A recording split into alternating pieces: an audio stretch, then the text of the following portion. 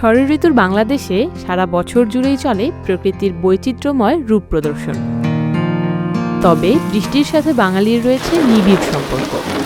ভৌগোলিকভাবে বাংলাদেশ একটি বৃষ্টিপ্রবণ অঞ্চলে অবস্থিত। বাংলাদেশের উত্তরে হিমালয় পর্বত এবং দক্ষিণে বঙ্গোপসাগর থেকে আগত আর্দ্র মৌসুমী বায়ু এই বৃষ্টিপাতের মূল ভূমিকা পালন করে।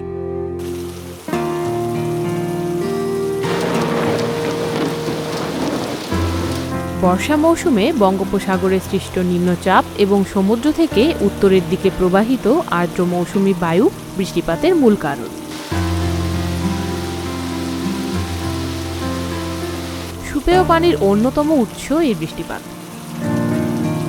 বৃষ্টিপাত প্রবণ অঞ্চল হওয়ায় এদেশের উর্বর মাটিতে জেগে উঠেছে বৈচিত্র্যময় উদ্ভিদরাজিতে সমৃদ্ধ বনভূমিগুলো। কৃষিখাতেও বৃষ্টিপাতের অত্যন্ত গুরুত্বপূর্ণ ভূমিকা আছে।